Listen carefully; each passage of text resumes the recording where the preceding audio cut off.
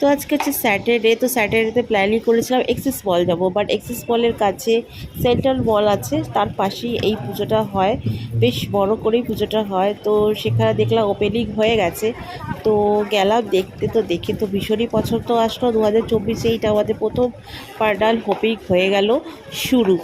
তো দেখো খুব সুন্দর বানিয়েছে, লাইটিং সব অসাধারণ করেছে। তো ওরা এখানে আসতে পারো, একবার দেখতে যেতে পারো।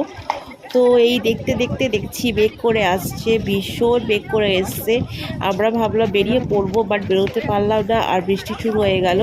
তো আমরা সেন্ট্রাল মলের নিচে মানে বাইরেই আমরা একটু বসেছিলাম, একটা জায়গা ছিল, সিঁড়িগুলো ছিল, সেখানেই বসে পড়েছি। কী করবো, এত বৃষ্টি পড়ছিল, মানে 1.5 ঘন্টা ধরে বৃষ্টি পড়ছে, মানে কীভাবে যে বাড়ি ফিরবো কিছু বুঝতে পারছিলাম না। তো যাই হোক, আজকে তোমাদের সাথে ভিডিওটা শেয়ার করলাম, আশা করি তোমাদের ভালো লেগে থাকবে। তো চলো, টাটা, বাই বাই।